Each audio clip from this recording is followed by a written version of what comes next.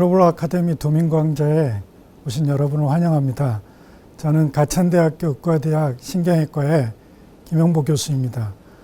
오늘 여러분하고 이제 얘기를 하고자 하는 것은 인공지능 시대에 앞으로 우리가 살아가야 될 환경에서의 그 의학이 어떻게 변할까에 대한 주제를 가지고 이야기하고자 합니다. 모든 이야기가 그렇듯이 저는 이제 여러 가지 얘기를 할 텐데 여러분들이 이제 거기에 공감하는 부분에 대해서는 이렇게 이제 머릿속이 번쩍 하시겠죠? 또 그러지 않은 부분들은 이렇게 스스럼없이 넘어가셔도 됩니다. 작년 이맘때 어떤 이제 컬럼을 한번 봤는데 행복 방정식이라는 컬럼을 쓰신 분이 있더라고요. 근데 거기 행복의 정의가 어떻게 돼 있냐면 과거에 우리 경제학에서 국부론을 지은 애담 스미스라는 그 학자가 행복의 조건이 세 가지가 있다고 합니다. 그 중에 하나가 건강, 두 번째가 이제 빛이 없는 상태를 의미하고 또 하나는 깨끗한 양심이라고 하고 있습니다. 제가 왜 이런 처음 강연에 행복의 화두를 꺼내냐면 그 새가 높은 데서 이렇게 전체를 조망할 때 우리가 인공지능 시대에 미래의 어떤 의학을 공부하고자 하는 것도 결국은 많은 사람들이 자신의 행복을 위해서 하는 거거든요. 최근 들어서 이제 행복에 대한 이슈가 많은데 대학이라는 이제 사서삼경 이렇게 고전에 읽다 보면 대학이라는 책이 있는데 거기에 8가지 항목이 있죠. 근데 수신, 재가, 치국, 평천하 이제 이런 얘기가 있잖아요. 근데 여기에서 건강이라는 게 몸을 다루는 것들은 수신부터 시작을 하니까 이런 게 일렬적으로 돼 있는 게 아니라 수신, 재가, 치국, 평천하가 어떻게 보면 꼬리에 꼬리를 물고 이렇게 연관돼 있다는 의미를 얘기를 하고 있고요. 의학에서 제일 중요한 것이 그 위에 있는 호메오스타시스라고 이거를 동적 균형이라고 하거든요. 그 다음에 또 중요한 게 요즘에 코로나 바이러스로 많은 분들이 고생하고 계시는데 그 면역력이 굉장히 중요하잖아요. 근데 이 면역이라는 게 굉장히 재밌습니다. 결국은 나와 남을 구분하는 데서부터 면역이 출발을 하거든요. 그러니까 코로나는 나하고 같은 어떤 부류가 아니죠. 그래서 나한테 해를 끼치기 때문에 코로나가 들어오면 우리 몸이 이제 면역 시스템이 그 발동을 하는데 우리 면역 시스템에 그 백혈구라는 게 있는데 그 백혈구에 그 T셀, B셀 그런 그 세분화된 세포들이 있거든요. 근데 그 세포들이 이 흉선에서 특공대처럼 100명이 연습을 하면 그 중에 3명만 성공해서 우리 피 속으로 나가거든요. 그러니까 자기 자신을 가지고 면역세포를 기르는데 그 조절이 안 되면 자가면역질환이라 그래서 류마티스 관절염도 생기고 많은 병들이 생기잖아요. 그러니까 이 면역에 대한 게 요즘에 이제 굉장히 강조가 되고 있습니다. 그런데 몸은 이렇게 균형을 잘 잡는 데서부터 어떤 건강이 유지가 되는데 우리 인간의 그 사고, 뇌의 힘들은 밑에 보시면 그 하이퍼프론탈리티 해가지고 뇌는 그 배우면 배울수록 굉장히 힘이 강해지는 거죠. 그래서 그러한 무한 상상이라든지 허구라든지 가상의 이런 세상을 만들어내는 묘한 그런 인간 구조가 되어 있습니다. 그래서 몸은 균형을 중시하지만 정신적인 세상은 좀 더 좋은 방향으로 긍정적인 힘을 가지고 상상력을 키우는 것이 정신건강에 좋다는 얘기가 됩니다. 그래서 이제 1945년에 세계보건기구가 건강에 대한 그 정의를 내릴 때 건강이 육체적인 건강, 정신적 건강, 사회적 건강 이렇게 나누고 있습니다. 그래서 육체적 건강은 결국은 여러분들 고혈압, 당뇨, 또 요즘은 비만 여러 가지 문제가 있잖아요. 근데 그 육체적 건강에 제일 중요한 것이 바로 생활 습관입니다. 그래서 생활 습관을 잘 관리를 해야지 육체적 건강이 지켜진다는 의미고, 두 번째 정신적 건강은 아까 행복 조건에서도 깨끗한 양심이라 그랬잖아요. 그러니까 어떻게 보면 마음이 편하고 스트레스가 없어야지 정신적 건강이 유지된다는 거고, 요즘 코로나가 와가지고 코로나 블루라는 단어가 있잖아요. 거기 보면 사람들하고 우리가 얼마나 만나서 커피도 한 잔 먹고 친구들하고 식사도 하고 술 한잔 하는 게 이게 엄청난 건강에 기반이 된다는 거죠. 그래서 그걸 못해서 요즘에 이제 코로나 블루가 많이 만연하고 그러잖아요. 그러니까 이런 사회적으로도 건강해야지, 우리가 사는 집단 전체가 건강해야지 건강이 유지된다는 겁니다. 저도 아까 육체적 건강에 대해서 데이터 건강법이라 그래가지고 비만이던 시대에서 생활습관 바꿔서 고혈압, 당뇨도 다 고친 기록이 있거든요. 그러니까 이런 음식이라든지 식생활이 완전히 저도 바뀌고, 어떻게 보면 이제 소식 위주로 해서 하루 한 끼 먹는 정도로 줄였더니 건강을 찾더라고요. 그러니까 자기 생활 습관을 잘 유지를 해야 된다는 겁니다. 그래서 오늘 이게 무슨 인공지능 시대 의학에 어떤 문제가 있냐 그러는데, 사람은 아까 건강 하나만 해도 코로나19가 옴으로 인해서 우리 사회 전체가 사회적으로 문제가 생기니까 건강이 안 좋아지잖아요. 바로 자기를 둘러싼 환경이 너무너무 중요하다는 겁니다. 그래서 요즘은 4차 산업혁명이라고 그러잖아요. 저희가 산업혁명을 보면 정의가 기술 발전에 의해서 사회 경제적으로 큰 변혁이 발생하는 것을 혁명이라고 그럽니다. 이 사진을 보면은 이게 그 코페르니쿠스가 천동설을 지동설로 바꿨을 때 이분이 그 우리가 엄청난 혁명이라는 단어를 썼거든요. 이분이 1543년에 짧게 쓴 논문이 하나 있어요. 그 논문 제목이 천구의 회전에 관해서거든요. 그때 그 말에 회전이란 뜻입니다. 그러니까 천동설이 지동설로 바뀔 정도의 어마어마한 사건을 리볼루션이라는 단어가 거기서 나왔다는 거죠. 저희 나라도 2차 세계대전 이후로 전 세계에서 가장 빨리 성장하고 성공한 나라가 우리나라잖아요. 근데 과거 조선시대로 돌아가면 우리나라가 일본 식민지 된 게 이게 바로 1543년에 그 무렵 코페르니쿠스가 지동설을 만들 무렵에 일본에 포르투갈 상선이 들어왔거든요. 그래서 일본은 그 상선에 사람들이 가지고 있던 청포를 2배의 값을 주고 샀다 그래요. 그 바로 청포 때문에 이제 임진왜란에서 저희가 식민지 시대가 됐잖아요. 그래서 1543년부터 최근까지 그 짤막한 어떤 포인트에서부터 세상이 많이 변한다는 의미에서 지금 과연 이 시대가 4차 산업혁명 시대인가? 근데 여기 보면은 많은 세계적인 학자들이 공공연하게 지금 2000년 들어와가지고 정말 이런 혁명의 시기라는 공통점을 가지고 있습니다. 그러면 디지털 트랜스포메이션이라 그럴 때 디지털이 도대체 무엇일까요?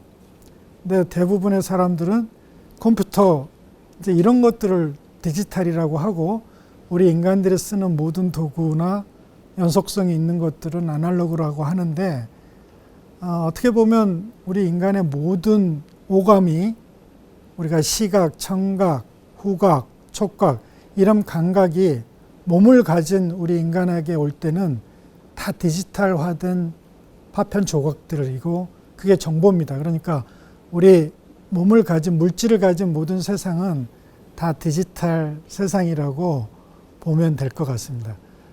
뭐 매트릭스라는 영화도 있고 아바타 영화도 보면은 미래가 어떻게 변할 수 있다는 것을 많은 예언자들이 얘기를 하고 있잖아요. 얼마 전에는 이 세상이 모든 게임처럼 되는 레디 플레이어 원이라는 이런 영화들도 나왔잖아요. 우리가 지금 디지털 아날로그에 대해서 컴퓨터 쪽에서 이루어지는 가상세계만이 디지털이라고 하는데, 우리 정상적인 몸을 가진 우리 삶 전체가 디지털이라 그러니까 조금 의심을 가지고 계시잖아요. 근데 요즘에 이제 양자 컴퓨터도 나오고 반도체 이런 모든 것들이 다 미시 세계를 다루는 어떤 양자역학 기반의 어떤 세상이잖아요. 근데 우리가 지금 여러분들이 우리가 스스로 보고 세상을 느끼는 걸 거시계라 그러고 그런 양자 소립자나 뭐 광자 이런 세상을 미시계라 그러는데 이 책은 루프 양자 중력 이론을 주창하고 있는 이태리 물리학자가 쓴 세상인데 보이는 세상은 실제가 아니다. 좀 거창하잖아요. 정말 실제 많은 세상들에서 일어나는 것은 우리 인간 몸을 가지고 시각이나 청각이나 후각이나 촉각이나 이런 오감을 가지고 볼 수가 없다는 겁니다. 그래서 이제 이런 분들이 세상을 다루는 거는 여기 보면 10의 마이너스 43승, 10의 마이너스 12승 막 이런 마이너스 어마어마한 극미 세계를 다루고 있고 또 한쪽에서는 은하계라든지 우리의 우주 끝이라든지 어마어마한 큰 세계를 다루고 있잖아요. 우리가 보지 못하는 세상이라 그래서 우리 옆에 있지 않은 건 아니라는 의미입니다. 그래서 우리는 거시 상태에서 미시세계 어떤 평균만을 우리 몸이 가져다가 지금 느끼고 있고 여기에 이제 정보시대의 어떤 많은 흐름들이 있다는 얘기를 잠깐 이제 보여주기 위해서 책의 내용들을 제가 이제 서머리를 한 거거든요. 그러니까 지금은 무한이라든지 아날로그의 연속이라든지 실제라는 개념을 버리고 무엇이든지 카운트할 수 있는 세상은 다 디지털입니다. 그래서 여러분들이 그 디지털에 대한 개념을 조금 더 친숙하고 우리 주변이 다 디지털이라고 생각을 하시고 강의를 들어주시면 좋겠습니다. 결국은 이제 요즘에 우리가 인공지능 하는데 왜 인공지능이 중요하고 인공지능 시대에 들어가면 내 일자리가 없어지고 저희 의사들마저도 의사가 없어지지 않나 그런 두려움이 많이 있잖아요.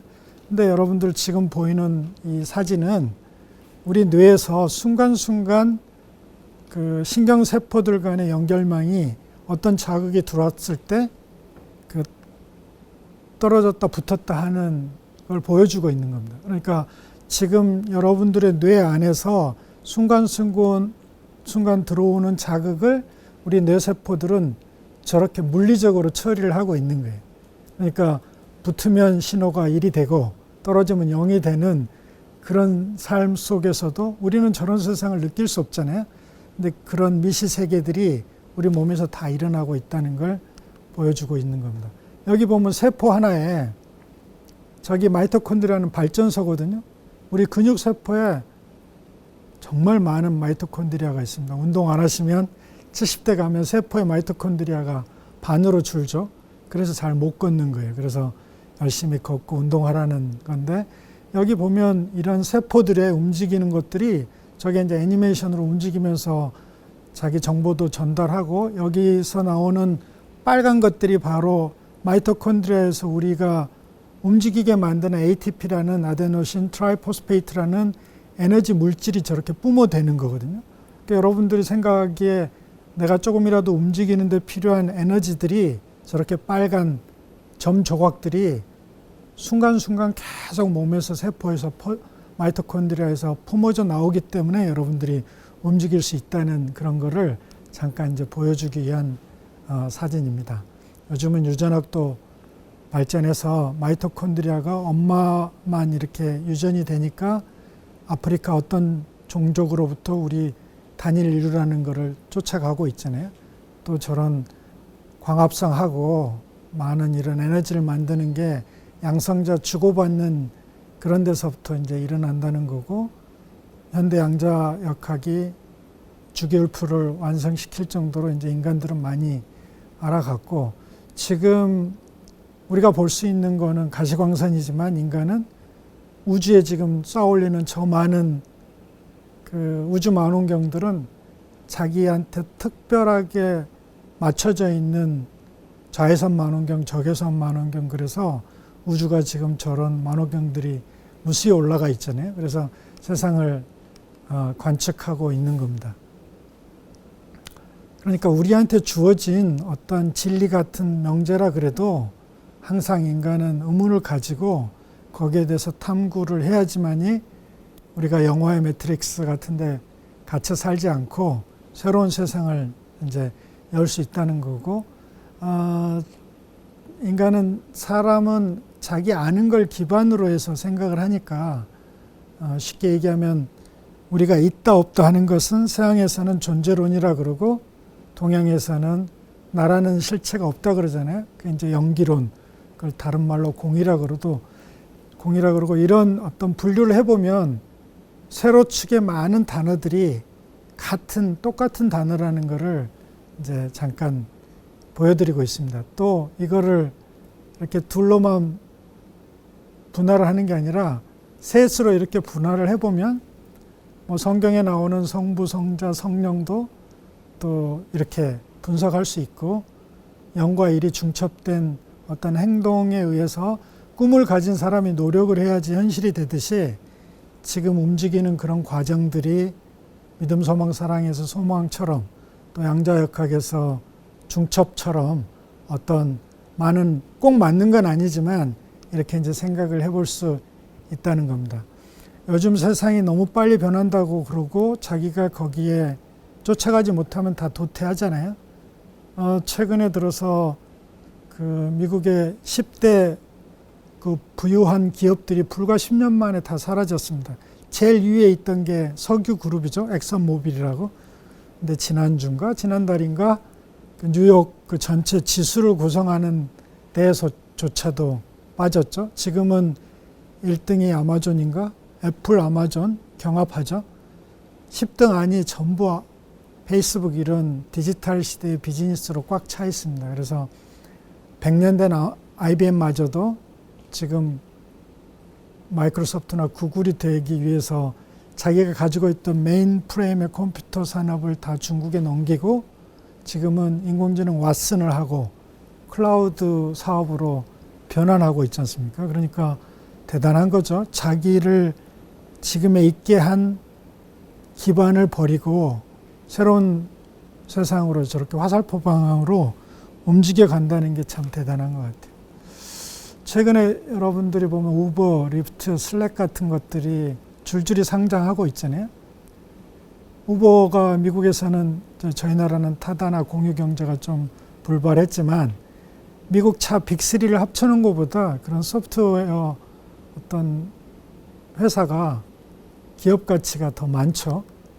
얼마나 빨리 변하고 있는가를 보여줍니다. 요즘 코로나 시대가 와서 집에서 수업받고 회의하시는데 많이 쓰는 게 줌이잖아요. 근데 9년밖에 안 된 줌이 100살이 넘은 IBM을 추월하고 정말 알 수 없는 세상이 지금 되고 있죠. 너무 빠릅니다.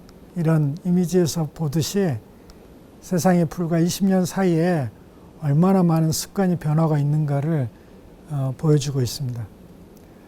지희, 그러니까 에디슨 백열 전구를 만든 지희가 최근에 거의 이제 몰락의 길을 가고 있죠.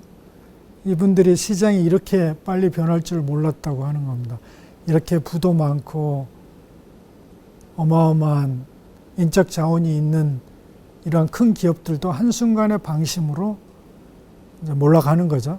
그리고 이제 제가 왜 서두에 여러 가지 행복이라든지 건강이라든지 이런 얘기를 했냐면 인공지능 그러면 뭐 그게 대수야? 그런 얘기를 많이 했잖아요. 근데 제가 강연 중에 지금 우리가 살고 있는 인간 세상은 아날로그가 아니라 디지털이라는 얘기를 했거든요.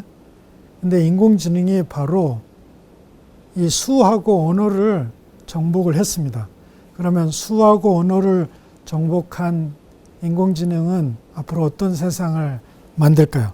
지금부터 한번 수하고 언어라는 관점에서 인공지능을 들여다보고자 합니다. 최근에 서울대 컴퓨터공학과 문복룡 교수님이 컬럼을 하나 쓰셨는데 그 저희 나라 고등학교 교과 과정에서 벡터가 빠진 지는 오래됐고요. 올해 들어서 행렬이 빠져가지고 통탄하다 그런 얘기거든요.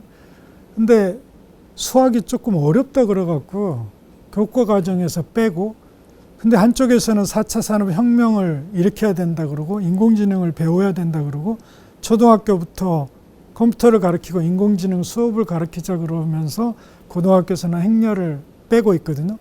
그럼 행렬이 뭘까요? 손정희가 회장이 4차 산업혁명 이런 시대를 대비해서 오래전에 영국에 있는 ARM이라고 AI 시스템 반도체 회사 설계 회사를 샀잖아요. 근데 우번이 그레긴이 최근에 이제 코로나 오면서 안 좋아져 가지고 힘드니까 그걸 다시 내놨어요. 근데 그 ARM 회사를 누가 샀냐? 엔비디아라고 여러분 그 GPU, 그래픽 프로세스 유니트라고 GPU를 만드는 회사예요. 그게 뭐 하는 거냐면 그 바로 젠슨 황이라는 분이 만든 회사죠. 그 여러분들 블록체인 채굴 한다고 막 그 컴퓨터 여러 대 놓고 블록체인 채굴 하신 분들은 알 거예요. 거기에 들어간 칩이 GPU고 그 알파고가 2세대라고 해갖고 이길 때 GPU가 뭐 170개가 들어가고 그런 얘기잖아요. 그 GPU라는 게 바로 행렬 계산하는 반도체입니다. 근데 그 GPU라는 회사가 지금 시스템 반도체 1등인 AI 설계 회사를 사버렸다는 게 뭘 의미하겠습니까? 엔비디아는 ARM을 품고 모바일로 영토를 확장을 하고 있어서 이대로 가면 삼성전자하고 퀄컴이 흔들릴 거다. 정말 수학 이꼴 GPU, 수학에서 행렬이 GPU의 반도체의 그래픽 프로세스 유니트를 의미하고, 그런데 이거를 안 배운다고요? 이 세상의 모든 소립자 이런 것뿐만 아니라 수의 모든 게 점으로 구성되어 있는데 그거를 바꾸고 계산하는 시기예요. 근데 그걸 안 배우면 안 되겠죠?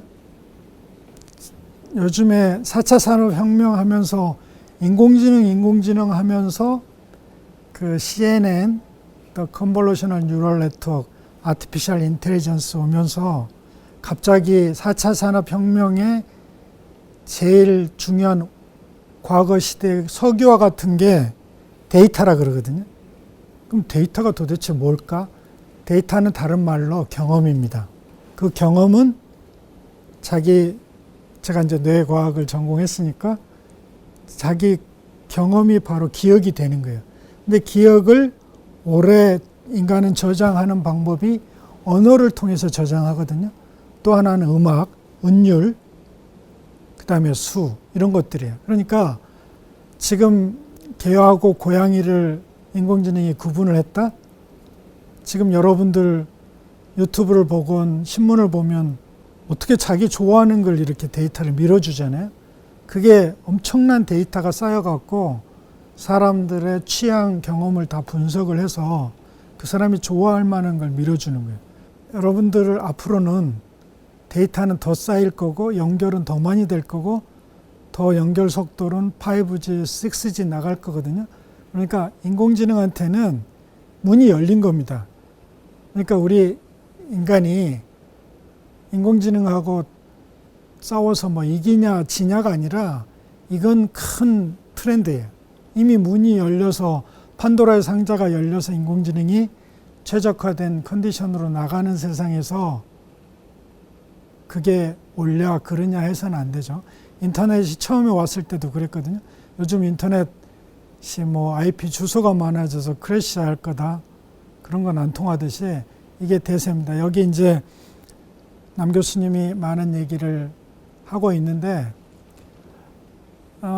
우리가 살면서 모든 두 사람이 대화를 해도 마찬가지예요. 그 사람이 말하는 의미를 자기가 가지고 와서 이런 그 A라는 방향에 어떤 벡터가 있고 B라는 밑에 벡터가 있으면 저걸 수치화하려면 A를 자기 B에 이렇게 그림자를 투영을 하는 거예요.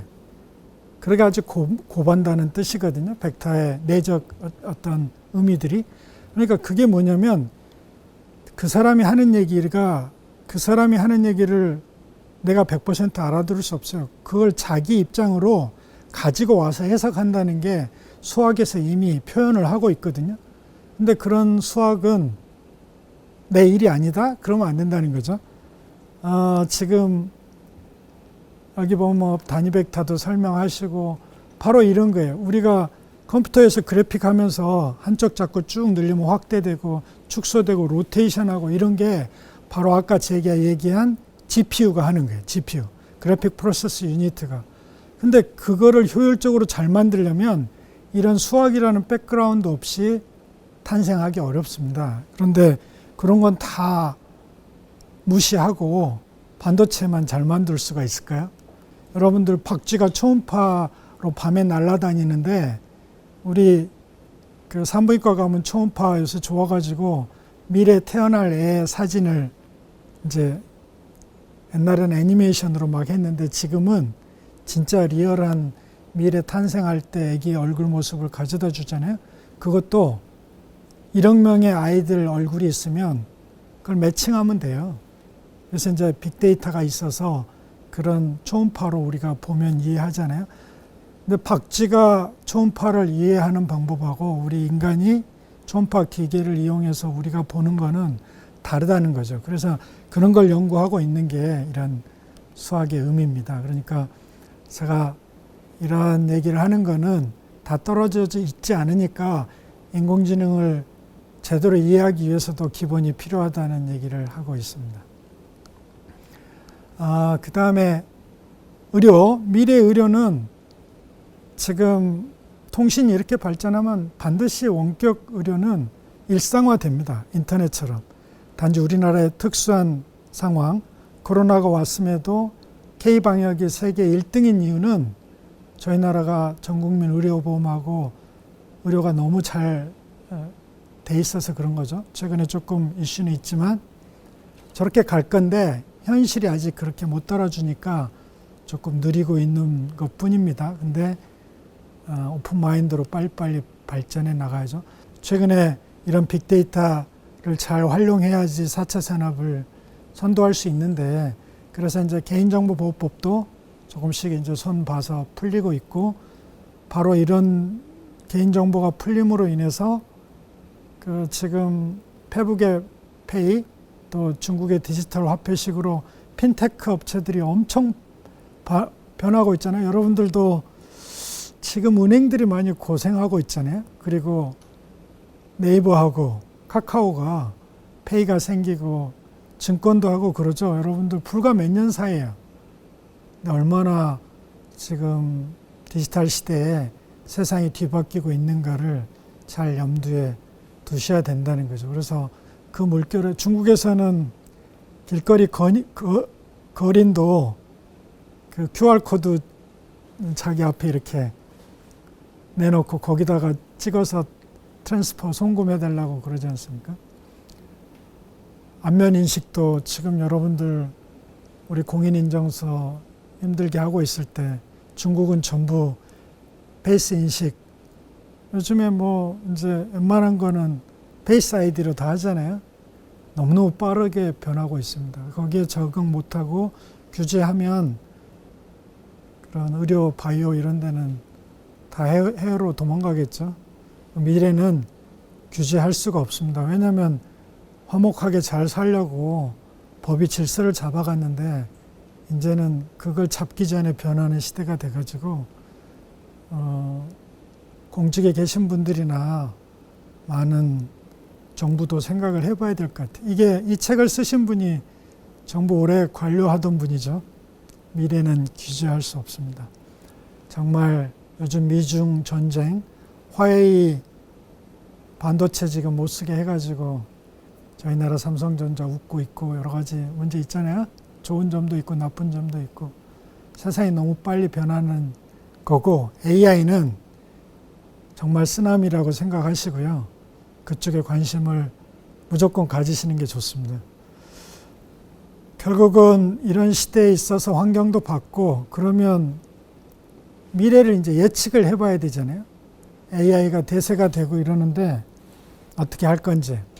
미래학자, 이분은 박사학위가 뭐 50개래요. 그러니까 세계 최고의 천재급이죠. 지금 구글에 있는데 구글 브레인을 이끌고 있는 학자가 쓴 책이 있죠. 몇 년 전에 2045년이 되면 인공지능이 이제 인간을 넘어서서 많은 얘기를 할 거다. 요즘은 그보다 더 당겨진다고 막 그러잖아요. 그게 이제 싱귤러리티라는 개념을 들어오고, 물론 이제 미래학자들은 이런 단어가 현란하긴 하지만 미래는 방향, 속도, 디지털 변환. 옛날에는 디지털 아닐 때는 빅3가 살아남았는데 요새는 1등밖에 못 살아남는다는 거고, 방향 못지않게 속도가 굉장히 중요해요. 빨리 가지 않으면 2등 하면 이제는 못 살아남는다는 키워드가 그 책에 있고, 바로 이분이 이제 뉴욕의 슬로안 캐더링 캔서 센터에 폐암 전공하신 분이 IBM하고 합쳐서 지금 인공지능 의료의 왓슨을 만든 분이죠. 저희가 이제 도입할 때 이분이 오셔서 강좌도 했고, 근데 의료 데이터도 너무 쌓이고 있어가지고 인공지능 정말 무시하지 못하고, 이거는 지멘스라고 세계 MRI, PET, CT 의료 영상기기를 만드는 독일에 있는 유명한 회사죠. 그 회사가 전부 AI로 지금 변신을 하고 있죠. 이제 앞으로는 MRI를 찍으면 오늘 찍은 순간 옆에 다 판독이 되어 나온다는 세상이죠. 그런 식으로 굉장히 빨리 가고 있고, 인공지능을 탑재한 MRI가 MRI를 오늘 찍었더니 이 병은 무슨 병이고 수술을 할 때 몇 년 사실 거고 수술 안 하면 몇 년밖에 못 살고 이런 얘기를 찍는 순간 한다는 거죠. 근데 그게 불가능한 게 아니라 과거에 수 없는 1억 명의 데이터들을 찾아와서 매칭하면 답이 나온다는 거죠. 그걸 꿈꾸고 있습니다. 지금 왓슨만 우리가 환자하고 대담하는 인공지능 의사 왓슨만 하는 게 아니라 이제는 의료기기가 찍는 순간 미래를 예측하는 거죠. 그것만 하냐. 여기 보시면 JP 모건이라는 골드만삭스 JP 모건이 세계에 은행이 두 종류가 있죠. 하나는 상업은행, 커머셜 뱅크가 있고, 하나는 인베스트먼트 뱅크, 투자은행. 그 기업을 사고 팔고 하고 지분을 투자하고 이러는 정말 어마어마한 골드만삭스 JP 모건이 미래 디지털 헬스에 다 투자하고 있다는 걸 의미를 하죠. 그런 시대를 못 읽으면 지휘가 된다. 이제 정말 시대의 트렌드를 잘 읽어야 되고, 밑에는 인간 지능이고, 지금 기하급수적으로 올라가는 것은 AI라든지 트랜스 휴먼 뭐 이런 거잖아요. 머신 러닝, 인텔리전스. 근데 크로스 하는 게 1945년이래요. 근데 과거에 이 하나하나 뭐 화상회의, GPS, 디지털 녹음기, 디지털 손목시계, 카메라, 의학 라이브러리, 비디오 플레이어, 음악 플레이어, 백과사전, 이게 왼쪽에 옆으로 보면 가치가 다 있었는데 저게 여러분의 핸드폰 안에 다 들었잖아요. 이게 바로 이런 거죠. 그 일본에서 뽑아가지고 아까 레이 커즈와일 구글에 보냈죠. 그래서 그분이 돌아와서 쓴 책에 기하급수에 대한 표현을 하라 그랬더니 이렇게 익스포넨셜 그래프를 그리는데 옆에 뭐라 그랬죠? 수직선을 하나 그었어요. 그래 놓고 진화의 속도는 수직선, 무한대라는 표현을 할 정도로 얼마나 충격을 받았으면 기하급수적으로 성장하는 익스포넨셜 커브를 넘어서서 수직선이라는 표현을 했겠습니까? 좀 과도한 건 있지만 그게 대표적인 게 바로 양자 컴퓨터죠. 지금 구글이 50큐비트를 넘어섰죠. 웬만한 것에 10억 배가 빨라진다고 하니까 이제 이런 시대가 올 거고, D-Wave라고 캐나다 회사가 만들었고, 근데 이게 뭐냐면 구글의 그 창업자들이 세르게이 브린 이런 사람들이 물러났어요. 스스로. 그러면서 누구한테 줬죠? 지금 구글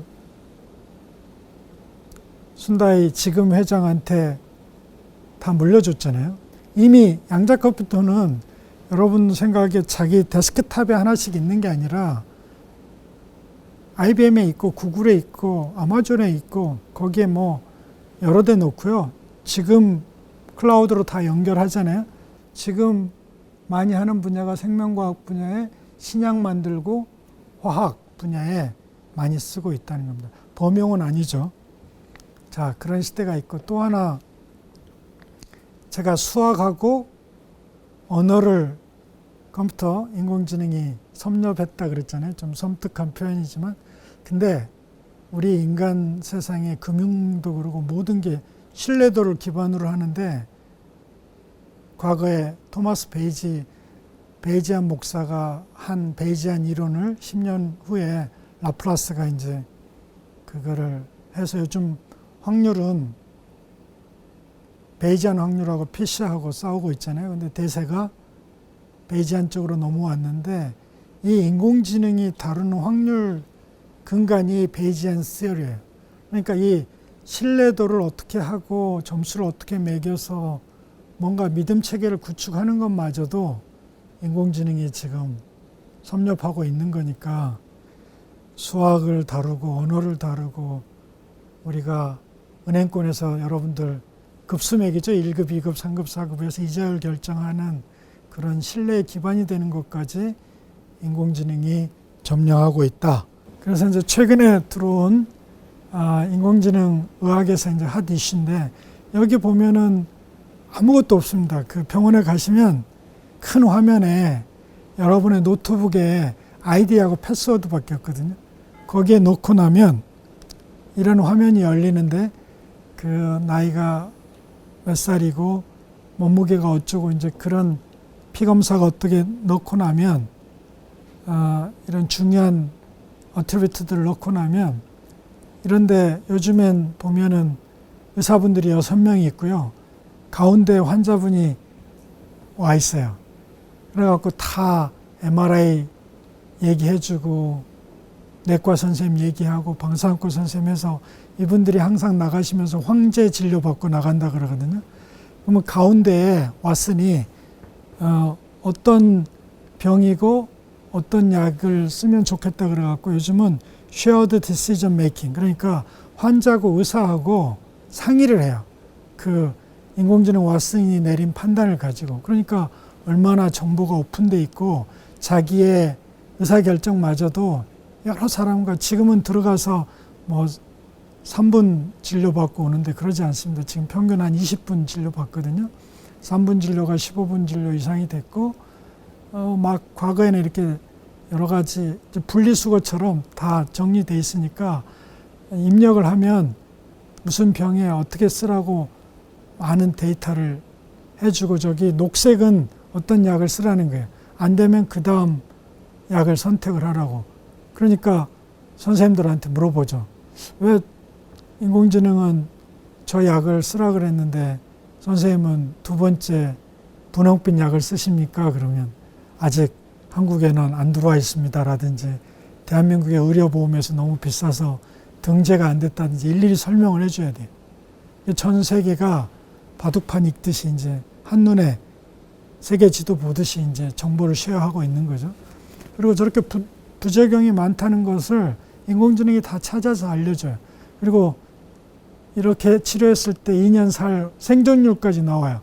그럼 저기 만약에 14%다 그러면 14%를 누르면 거기에 근거가 되는 세계적인 논문들이 올라와 있어요. 그러니까 레지던트 선생님들, 의사 선생님까지 다 공부하기도 쉽죠. 여기까지는 괜찮아요. 근데 요새는 왓슨 포 온콜로지라고 그러고 암을 위한 왓슨이 돼 있는데, 불과 몇 년 지나니까 왓슨 포 지노믹스라고 그래갖고 요즘은 유전자가 이제 인공지능화 됐어요. 그래서 지금은 왓슨 포 지노믹스까지 합쳐져서 왓슨 포 지노믹스, 왓슨 포 온콜로지. 그러면 요즘에 폐암 같은 경우에 특별하게 옛날에는 안 좋았잖아요. 지금은 바이올로지컬하게 딱 맞는 약을 찾아주는 게 그게 유전자거든요. 그래서 이제 요즘은 저희가 이제 2개를 다 가지고 진료를 보고 있고, 최근에 아까 소프트뱅크에서 페퍼를 인수를 해서 지금 말로 얘기하는 그런 시대까지 지금 오고 있습니다. 그래서 앞으로는 대세가 돼 있고, 의학마저도 인공지능의 의학 쪽에서 하루에 쌓이는 데이터가 제일 많다 그래요. 근데 그게 MRI가 1억 장이 모인 거를 1억 명의 많은 환자들의 예후까지가 다 분석돼서 데이터가 쌓인다 그러면 미래 예측 다 하지 않겠어요? 저희가 의학에서 피부과 선생님들이 제일 잘 맞추죠. 근데 그 환자분을 계속 봐서 그래요. 그 피부과 과장님들 머릿속에는 4만 장의 데이터가 들어가 있다 그러면 레지던트 1년 차는 4천 장의 데이터밖에 없는 거죠. 그러니까 4만 장의 데이터를 가지고 계신 피부과 전문의 과장 선생님이 더 유명한 거예요. 근데 그게 인공지능이 이제 그보다 더 잘한다는 거 아니겠습니까? 그래서 요즘 세상이 얼마나 빨리 하고 중국이 지금 원격진로 AI 붙여서 AI 호스피탈로 엄청 빨리 달려가고 있고 아까 제가 얘기한 지금은 유전자까지 붙어가지고요. 유전자가 가면은 우리 의사 선생님들이 예측하기가 어려워요. 근데 지금은 유전자를 다 개인별로 똑같은 약인데 어떤 분은 부작용이 나고 어떤 분은 안 나는 거거든요. 그걸 유전자 레벨까지 지금 추적해가지고 분류를 해서 저희한테 이 약은 이분한테는 쓰셔도 되는데 이분한테는 안 됩니다 하는 걸 알려주는 거예요. 과거에 저희는 혹시 달걀에 알레르기 있으세요? 돼지고기에? 아니면 도토리에? 이제는 유전자가 그거를 찾아준다는 거죠. 그래서 왓슨포 지노믹스에 돌리면은 피검사하고 타액 검사하면 자기가 다 분석해가지고 지금은 저희한테 저렇게 레포트를 해줘요. 그러니까 한 손에는 왓슨포 온콜로지, 한 손에는 왓슨포 지노믹스. 그리고 더 중요한 거는 세계 모든 제약회사, 조그마한 제약회사에서 임상시험 하는 것까지 다 알려주거든요. 그러면 지금 우리나라에는 없는데 스웨덴의 어떤 제약회사에서 새로운 신약이 한 달 전에 개발됐다는데 어떻게 하시겠습니까? 그러면 폐암 사기인데 한 2달 후에 밖에 못 산다는데 거기 안 가겠어요?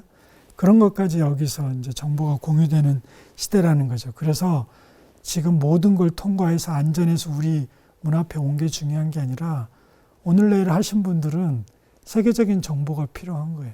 그래서 이제 이런 걸 기반으로 앞으로는 예방학, 이제는 있는 질병을 치료하는 게 중요한 게 아니라 당신은 이런 와인에는 안 맞고 이런 음식에는 안 맞는다까지 예측을 해주겠다는 거죠. 그게 프리벤티브 메디슨이고 지금 그런 예방의학적으로 굉장히 빨리 변하고 있고 지금 종합병원의 그 센터들은 무슨 그 우주 발사선 중계소 같이 변하고 있고 한 10년이 뭐야? 한 5년 후면 중앙통제소 같은 게 아마 종합병원에는 다 있지 않을까.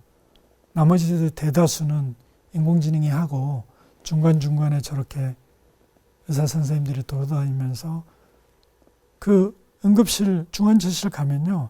모니터가 너무 많아요. 노이로제 걸릴 정도로 이쪽 삐삐 울리고 저쪽이 삐삐 울리고. 근데 인공지능으로 묶으니까 조용해지고 모니터에 빨간 워닝만, 사인만 오는 거예요. 그것만 보면 지금 이 사람은 앞으로 12시간 후에 폐혈증에 빠질 것 같습니다 하고 저한테 알려주는 거예요. 그러면 폐혈증 선제적으로 약을 투여할 수 있는 시대까지 지금 와 있습니다. 그래서 인공지능이 응급실도 점령하고 있고요. 언젠가는 병원 통제센터가 그 우주선 발사센터처럼 변할 것 같습니다.